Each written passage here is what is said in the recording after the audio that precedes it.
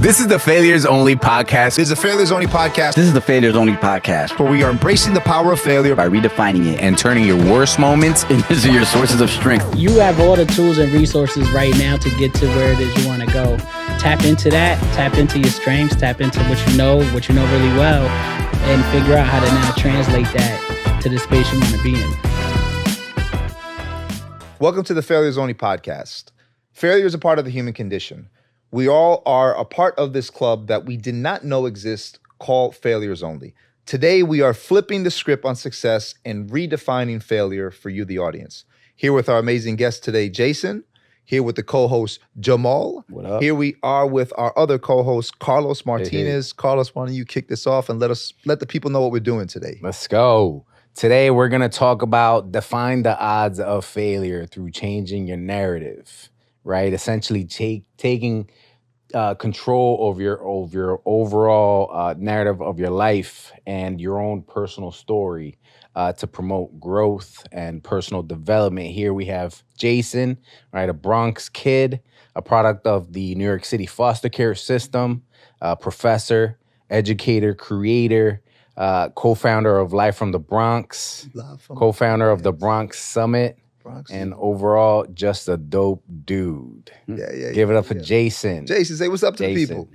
What up, y'all? Appreciate the intro. I'm excited to chop it up with y'all. It's been a minute since I seen Pablo in the flesh. Yeah. And I'm excited to connect with y'all, man. Y'all got some amazing energy. So let's get it. Let's get it. Last time you saw me, I had this many grades, but you know. That's wisdom. All that is experience. That's called stress. That's experience. That's called stress. That's all that is. That, man, call it what you want, man. Viejo. Let's go waking up and having bad knees. Own that shit. Yeah. So for those of you that don't know, foster care is a temporary court-monitored service provided by states to promote the safety, permanency, and well-being of children and youth. Carlos, given that like brief intro, just so people, just in case they didn't know, but why don't we get into the first question? All right, man, let's get into it. Jason, I mean, we spoke, right, a little bit about your background. You know, having spent 18 years in the foster care system, right? Statistics essentially say that kids, mostly like yourself, growing up in that type of instability, really don't do much, don't make it out, right? Yeah. Or end up as statistics, right? At what point in your life did you say this was not going to be my narrative? That's a good question and a loaded one. There's a lot there. So 18 years in foster care, y'all could imagine so much happening. Of course. The one thing I want to mention that I think is important as we talk about statistics too, right? Only about 3% of youth in foster care graduate with a college degree nationwide. Not in New York City, not in New York State, across the country. Wow. And so there's a number of reasons for why that is, and some of y'all could probably use your imagination and think about it. And I'll name a few things, right, that relate to my answer in response to your question. I think one of those things is you mentioned instability, right? On average, I think, and you please fact check this, but I think on average, children move at least 3 times when in foster care, at least, at minimum. Wow. There's obviously children and youth that move a lot more. Fortunately, that wasn't the case for me. I landed in foster care when I was 5 years old and spent 18 years in foster care. And from 5 to 12, I lived in Westchester County in a town called Ossining. Oh, yeah. And I came back to the Bronx at the age of 12 and was living with a different family. And so 2 families, one in Westchester and then one when I came back to the Bronx. And there was in that transition process, there was a lot happening. One, they didn't even tell us that we were moving until maybe 2 days before. Oh my God. And when I was living in Westchester, I was heavily active in sports. I was playing football, I was playing basketball.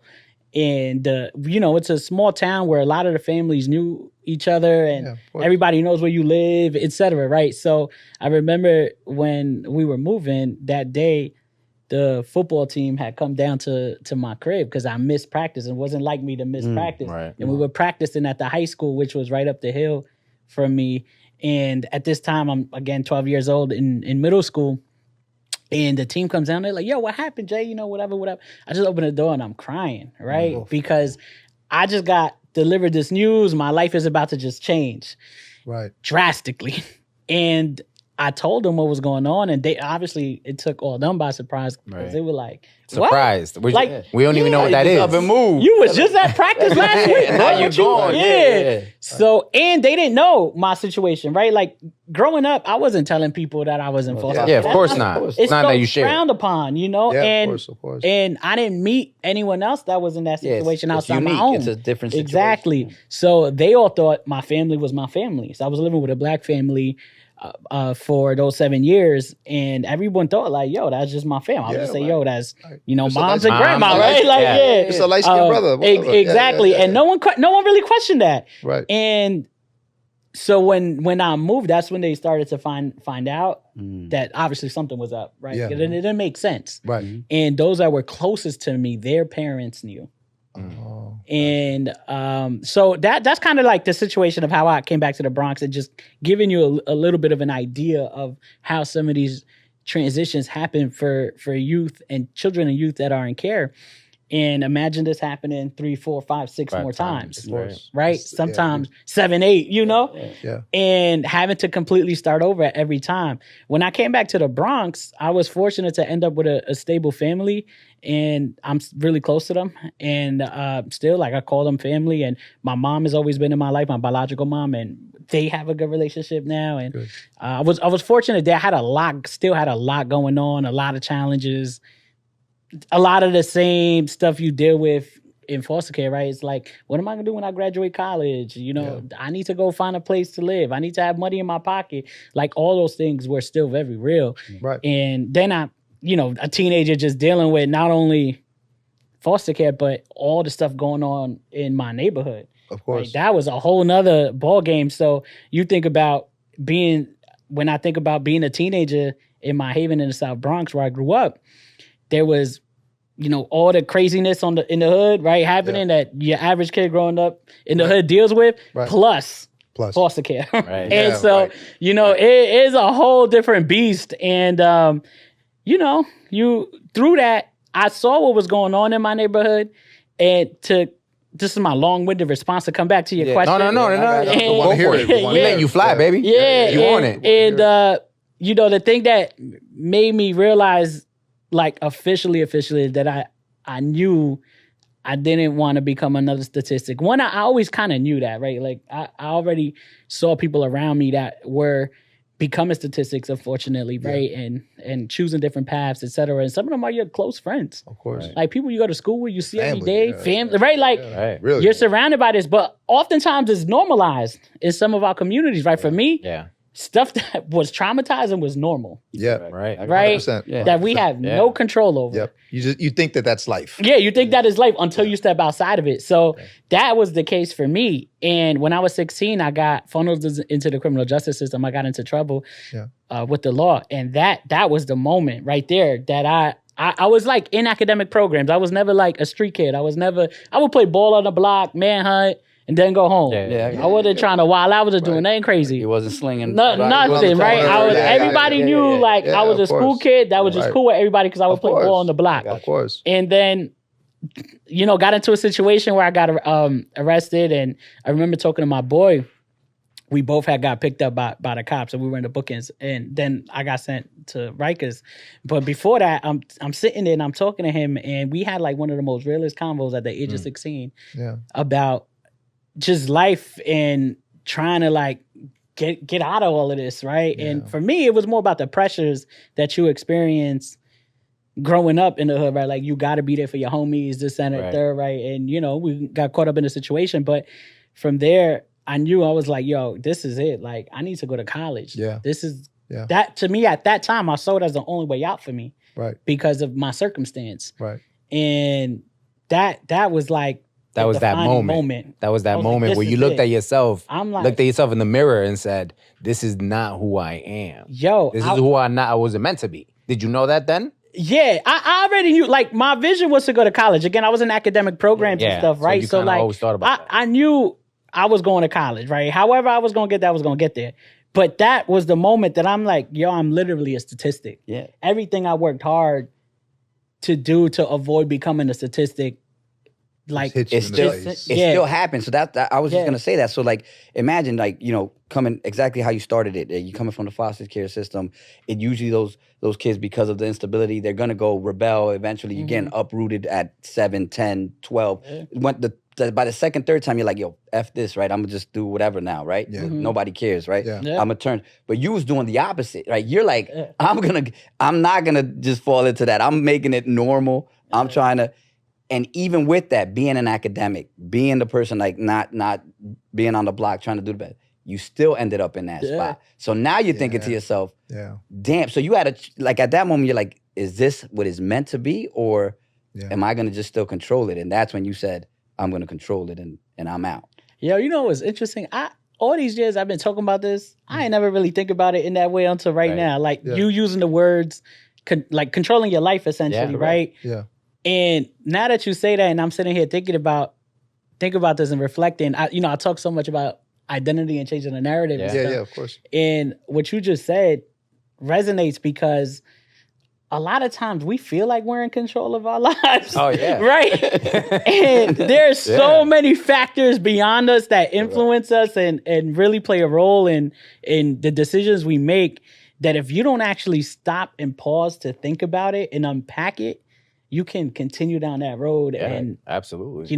it could, whatever it could become, right? But yeah, I think that was a moment where I fully was like, I'm gonna take full control and of the ownership scenario. of my life. And then just to piggyback off what he's saying, right? That happens to a lot of kids in the hood. Yeah. A lot of kids in the hood, right? Yeah. So the next thing you know, you look left, you look right, you in bookings, and you do become a statistic, right? But I think the fact that you were able to take a step back, maybe upbringing taught you that moment, like prepared you for that moment to take a look at yourself and say to yourself, like, nah, this is where I got to take control now. Because a lot of people don't. A lot of people just say, maybe I am a statistics. Maybe I am meant to just be this. Yeah. And that's okay. But Yeah. but you didn't, and you had a boy. You said you were having a conversation with your boy, and that was like one of the realest conversations at 16. But did you draw on something that maybe a family member said, or someone else said, maybe a homie that didn't make it said? What did you draw on at that moment? To have the conversation? Yeah, or like that to pull Yeah, that like, out. you like out of what, almost like what, kind of like what sparked, like I'm interested to know like what sparked that Sparked that conversation. combo. Correct. Because you are young and you're in a shitty situation, Yeah, but for like, real. Because a At lot of 16 is a lot. 16-year-olds would be like, this shit. yeah, I mean, I would have been taking my sneakers off and throwing it at the wall. I would have been wilding out. I wouldn't be having that conversation at that age. Like, it wasn't even me. Right. These were my pants. That's a good question. And before I answer it, just here's a crazy thing about growing up on a block, right? To y'all's point about things that, it's hard to kind of break out of some of these situations. When I got to the bookings, I ran into people from my hood that I knew. Right, yeah. Of course. Like, you know what I'm saying? What's up, Jay? Like, I know that. Like, yo, my man, let me get some socks. What You got they- some what extra they got socks? you for? You got a Yeah, Lucy? right. You got a Lucy? That's what I'm saying. And I remember even when I went in front of the judge, this is like when you go through the bookings, you go see the judge. Arraignment. You're standing in front of the judge. That's when they decide right now whether you're going to go home or you're going to the island, right? And I remember I'm standing there. They send my boy home, and I turn around. You can't turn around to look at the people you're not supposed to, right? But I turned. I'm in cuffs. I turn around. This is my first time in there. I don't know what the hell. He don't know what's right? going on. The process. And when I turn around, I glance. Like I only could get this far because they was like, Yeah. So I only get right here, and I see. When I turn this way, another homie from the hood. Wow. That I think he's just probably there to support somebody, right? He's not in Show trouble, some love, but shows. But I remember his reaction was completely shocked. He was like you, like it was like you know, out of all people, and I probably thought if he got in, damn, I'm next. Yeah, I remember. So I remember all this, but anyway, it's just sad. It's sad, right? No, I hear you. No, man, it's real. Normal, and it's real. Yeah, and it's a reality. But to come back to the question, it's hard, right? At 16, you don't have the language to share. Of course. Yeah, or oftentimes you don't have the language to share what's on your mind. Right. And I had always been vulnerable. Like if I sat down and I trusted you, I would share, Open up. Right. and open up and express my feelings.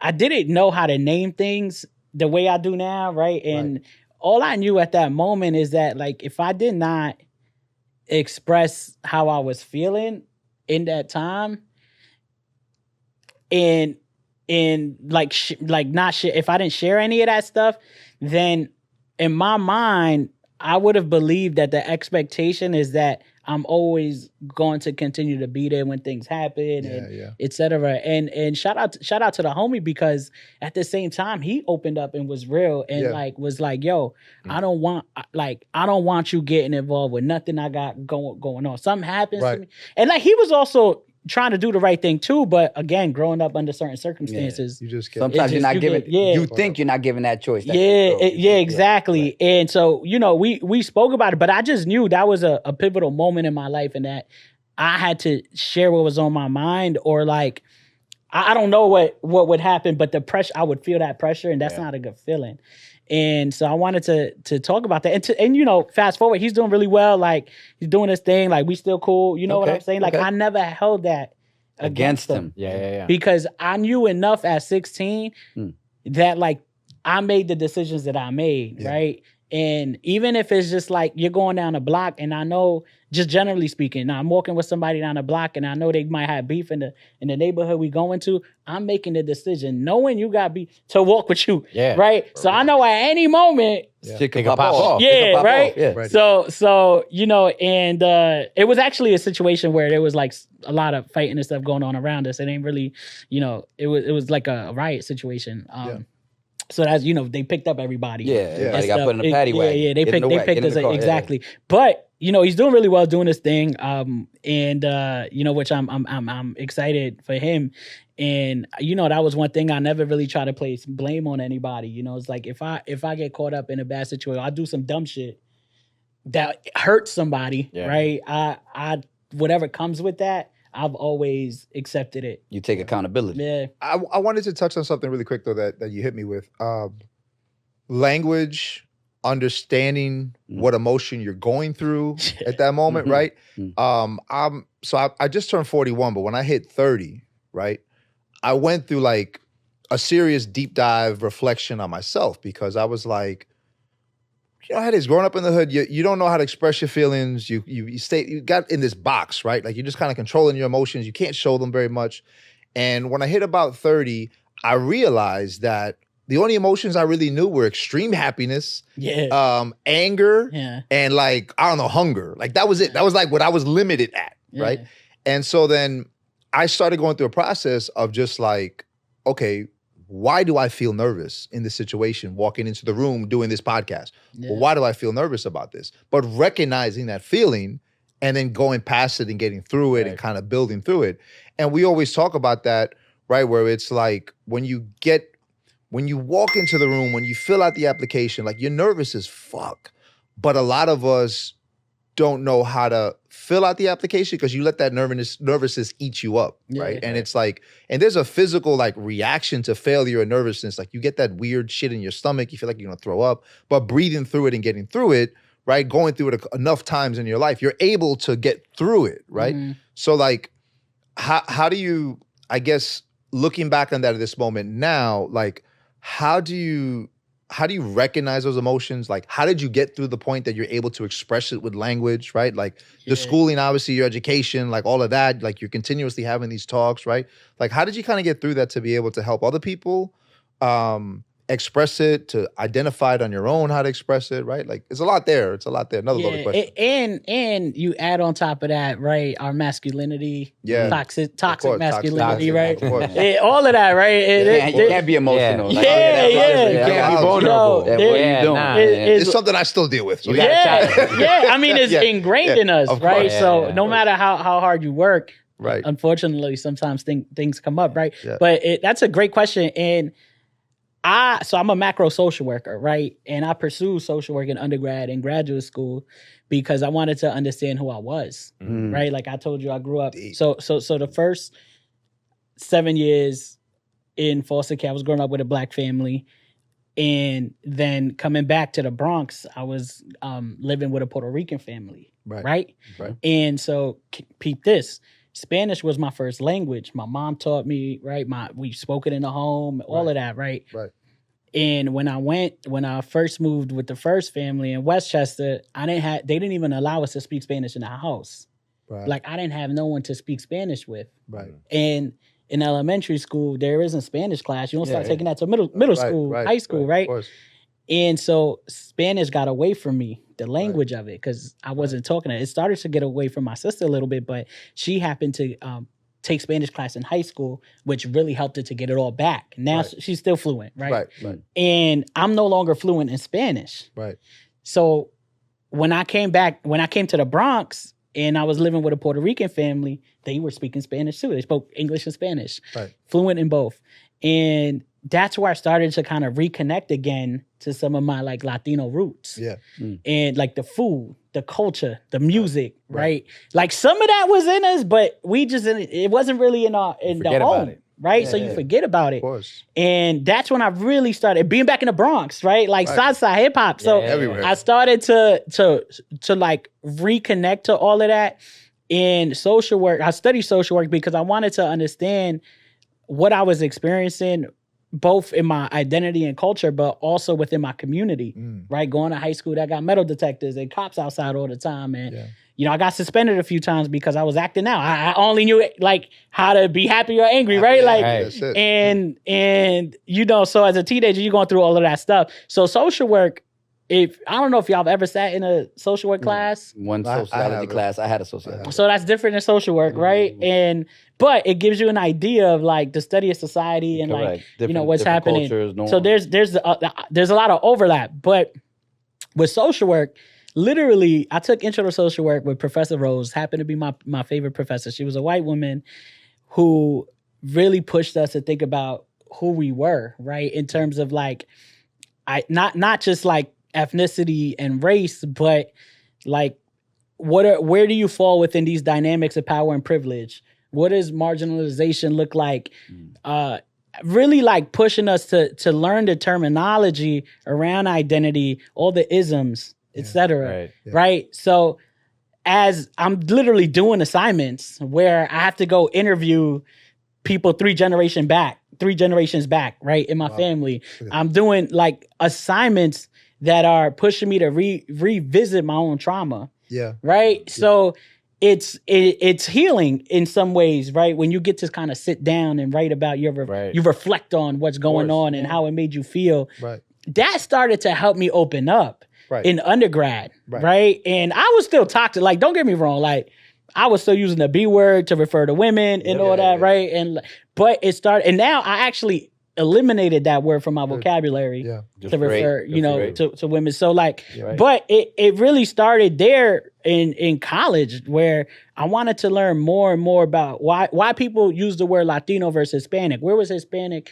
Why did that start, right? And you come to find out, well, those are American terms, right? Well, Hispanic. And, you know, they were using that to refer to a whole group of Latinos, right? Mexicans who are indigenous folks. And they're like, oh, we just gonna name you this, right? Where the word marijuana originate from, right? They were using that to associate that with another group, right? And so you start to learn like all these terms are created, and especially here in America, right? In our society, and pretty much whiteness created these structures. And so social work helped me to understand where I like live within that structure and what that means. Then in grad school, it continues. And in my classes is predominantly women. There's maybe like 1 or 2 other men in my classes, but in grad school, I remember I used to hear some of my classmates talk about their experiences with men, both in the workplace and in their relationships. Right. And I remember there were times where I would hear their experiences and I would get upset. Yeah. And I had to question myself because I'm like, they're not even talking about me. Not one time did they say Jason. Right. This is about Ben. But but I'm upset. Yeah. And so instead of responding or reacting, I challenged myself to just listen. And then I had to reflect on why I feel this way. And I started to talk to some of the men in my life. Right. Because I was like, y'all have these feelings. Like, why? You know? Yeah. And so I made a very intentional decision to just unpack and relearn because this shit is deep, bro. Like, it's deep. Well, you know, trauma, just that generational trauma, man. We all got it. Yeah. We don't realize it, but we all got it. Yeah. As you're going through these things, right, and learning, pretty much deconstructing everything that you've learned up to this point, Yeah. what was one of the biggest lessons, or some of the biggest lessons that you've learned about yourself? Oh, that's great. Oh, that's a good question. Yeah. So lessons. I think one of the things that I often talk about is reconnecting to your roots. Mm. And you heard me kind of talking about that a little bit, but I think that there's so much power in understanding how our ancestors came together, and everything from even right in our culture, in Latino culture, right? You have the music, the instruments, the food, right? A lot of our practices, all of that goes back to Africa, Right. right? Yeah. Right. And so when you think about it, in the instruments we use, right? Like when you start to think about that, there's something there. And so I always encourage folks to understand like how we got here, right? Yeah. I'm Salvadorian and Puerto Rican. Yeah. And I did a TED Talk earlier this year and I spoke about this. It just actually got published today. Well, hold up. baby. Round of So, applause, yeah, round of applause. thanks. Shout out Round to of that. applause. Yeah, I appreciate that. I'm excited. That was always like a life goal of mine. But So now we got to add that to the intro. Ted. Yeah. Ted yeah. I'm slacking. I should. Nah, you're good. Don't worry about That's all right, though. Right. Talk speaker. But peep, so one of the things I was saying is like, yo, I come from indigenous folks, right? And like when you Correct. think about the 1700s, Yep. there was a lot of enslavement that took place of African and indigenous folks across Latin America. Right. And there was a mixing of races that Right. took place, right? Because they're on the same land. And in El Salvador, the only way you could be free is if you're African is by having a child with an indigenous person, Right. Because that's when they decided to free the indigenous folks once they enslaved the Africans, right? Ain't nobody tell me about none of this. Right. I ain't learned this shit in school. I ain't learned it nowhere. I had to like learn it on my own. Yeah, the dig. And again, social work gave me those tools and resources. Yeah. So as I started to learn about that, it sparked a fire under me. I'm like, yo, this is how y'all did my people? You know what I'm saying? Like, y'all kept all of this away from me for all these years. I didn't learn it anywhere. And now I'm in education, so I understand like a lot of that shit is whitewashed, right? Yeah. So I'm like, oh nah. And then I listened to, I don't know if y'all got this experience, but like some of our parents, in more seasoned generations, they be heavy on their discrimination. Oh, you yeah. know? A little bit. A little bit. And so, Might have noticed. and so, but I had to understand where's that coming from. Well, some of their home countries, right? Their education was whitewashed too, Right. or they didn't always have a chance to reconnect in the same way. So, one of the biggest lessons that I learned over time was like making sure that I never forget where I come from and my culture, and I carry that with me everywhere I go now.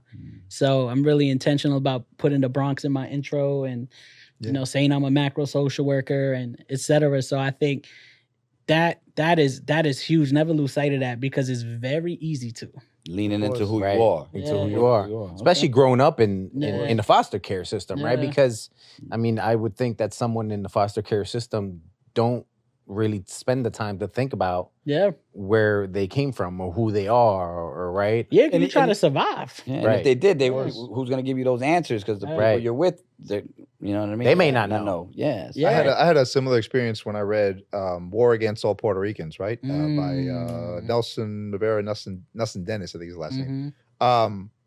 That book, I read it twice, right? Because I read through it the first time and I was like, wait a minute, you mean to tell me that they purposely like try to give women cancer? Yes. Purposely tried to like did hysterectomies without telling women and then it I know exactly what you're talking about because then it connects deeper. Yeah. Because then I start thinking through my family of like the traumas of some of them have had trying to have kids, right? And it's like we just a generation off the island, like my family. Right. So it's like even thinking about that, like, my moms and my dad and my cousins, like they were all alive when that was going on in Puerto Rico, right? So it's just like consistently trying to connect all of that. Where do you learn that shit, bro? Yeah. Like how do you even start that conversation with anybody? Like you're not going to learn that in high school. I mean, it's really deep. There's no way they would put that out there. If you put all that out there, imagine what's going to happen. We don't even want to talk about it. Like, Right. So what is your like? I'm always curious on to like definitions, Yeah. right? Like, what is your definition of success Yeah. first, and then what is your definition of failure? Yeah. Right? Like how do we do that? Like for and I give you like mine's, right? Like mine's for like failure is I don't have a definition for it. I just have another word, which is complacency. For me, if I feel that I haven't made a move, I'm doing the same thing that I did last year. Right now, then I'm failing, right? Yeah. Because I'm comfortable and like that's not where I want to be, right? Like for you, like let's start with success. Like, what's your definition of success? Kind of talk through that.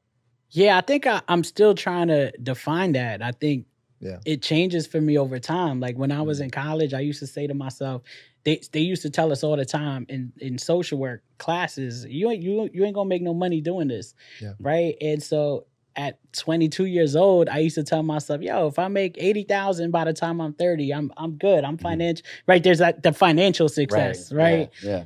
Bro, you live in New York. Right. Nah, 80,000. That covers and then I got there, right? I when I was making, and then I'm you hit like, that bro, I part. can still, Like, now I need to up this, right? So I used to think of it as a financial number, and then over time I started to really think about like joy and happiness, and where does that fall into this definition of success for me? So for me, it's being happy, being at peace. Doing what I love, get into the place where I can do what I love every day. I'm not there just yet. Yeah. Although I like what I do, but there's another level to that. Right. It's not bad right now. Yeah, exactly. Really tapping into that inner peace, and then continuing to have an impact on my community for my people.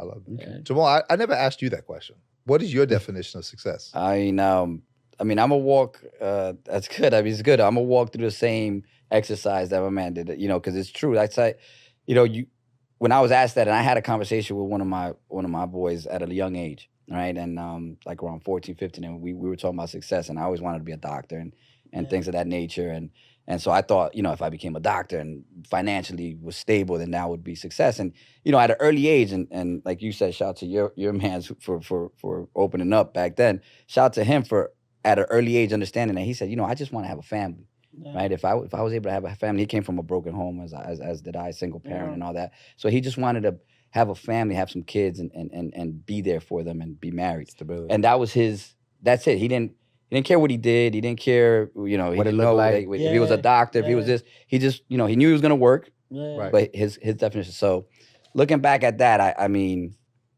I want to be stable and be able to do, be successful if I'm being able to do what I want to do. Yeah. I feel like I'm there now. Yeah. I have a beautiful home, 3 kids, right. a great career. I don't feel like I work a day in my life. I love what I do as an attorney. You go on a lot of vacations. I heard a little bit about that. I love it. Well, I like to see the world. I like to see. I experience different things, and so the more I could do that, and I'm not at a point where I do go on a lot of vacations. I did say that. That's crazy, right? But not that it's not enough. But I want to see more. I want to learn more. Everything that you're talking about, building, understanding where I came from. You said El Salvadorian and Puerto Rican, right? Yeah. My mom's from Nicaragua and my dad's from Puerto Rico. So we right there. Mayan, right? It's Mayan and Taínos, right? So those were the indigenous people that we were. So I want, but my wife's Peruvian, so I got to in my travels get to see Peru, and I went to Nicaragua. Yeah, he's Peruvian, right? So I went to Nicaragua this last August, and so. I guess success to me, it would be if I'm able to continuously do that and provide for my family and still keep, learning more, man. Beautiful, yeah. So, all right, now we're going to get negative. What is the definition for you, Jason, of failure on the flip end? I shouldn't say negative because the point of this is to redefine let's go. that negative attitude. That's what people are going to think when That's you what say people failure. are going to think when they say it. It has a negative connotation. Yeah. What's your definition of failure now?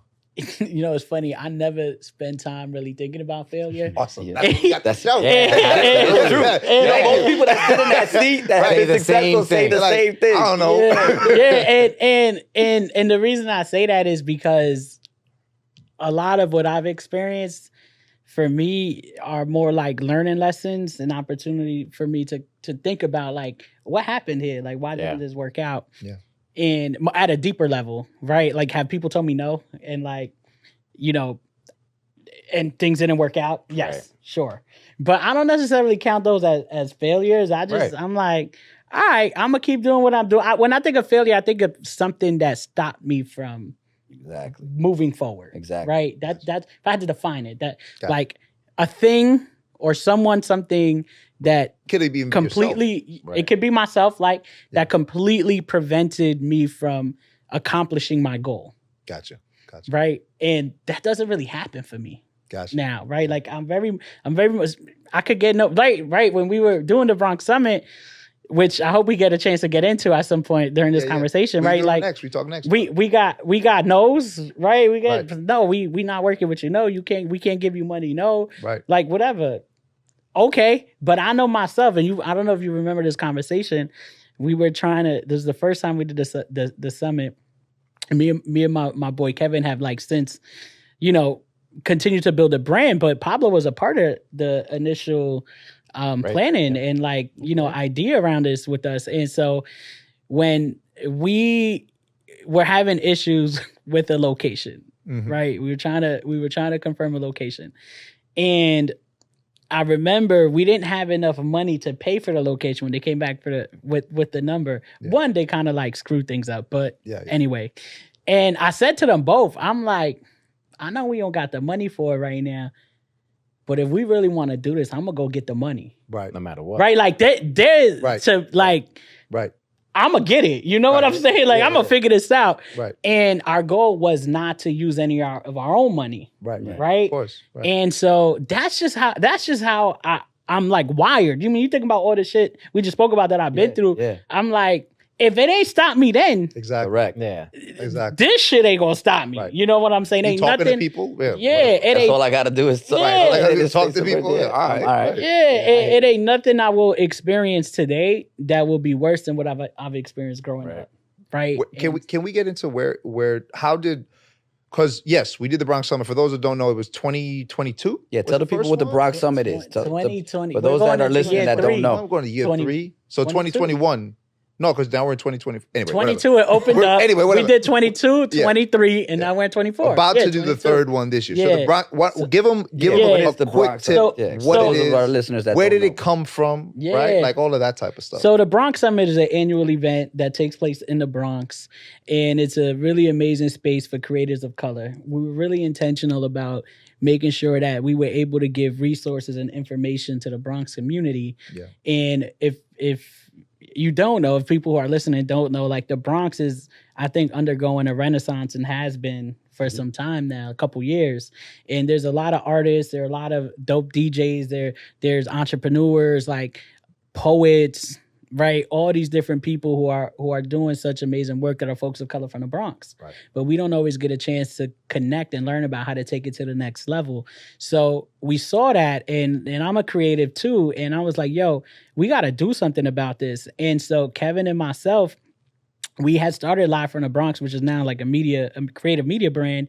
But when we started Live from the Bronx, it was just a podcast. And we were like interviewing all these different people, all different walks of life from the Bronx, or have a relationship to the Bronx. And we built an amazing network. And we were like, yo, some of those people are killing, right? And we were like, how the hell do we get them in the same room as these folks over here who need the information to get to the next level, right?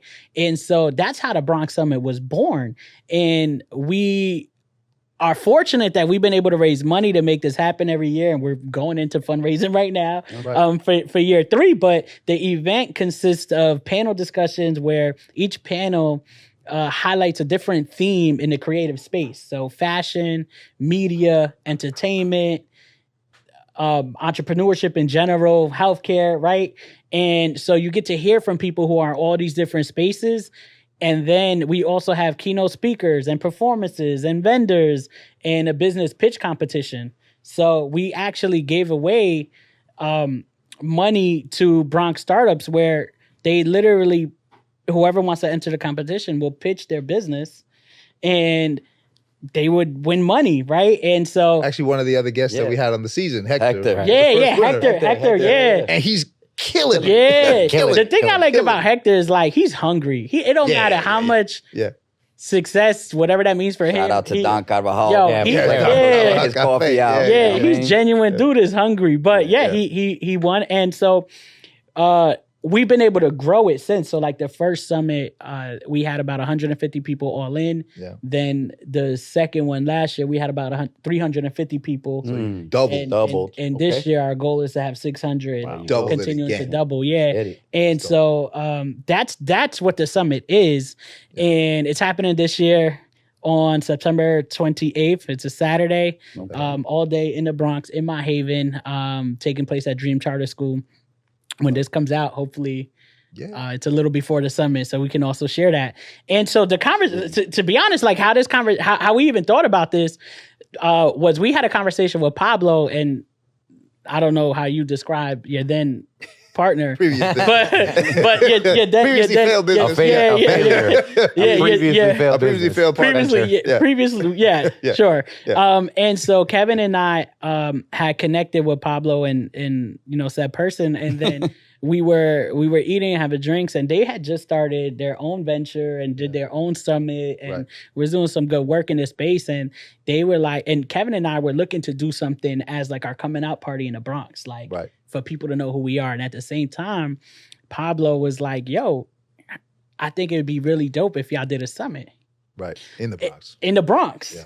And he was like, yo, I think y'all would be the face, like your brand, what y'all doing, y'all could be the faces of this, etc. Like y'all should do this. So the first year, the three of us, myself, Kevin, and Pablo, planned the summit. And Pablo was like, yo, I can't continue doing this, right? I can't continue to help. He was real honest and transparent. Yeah. It was something Kevin and I were gonna own and continue moving forward and build it.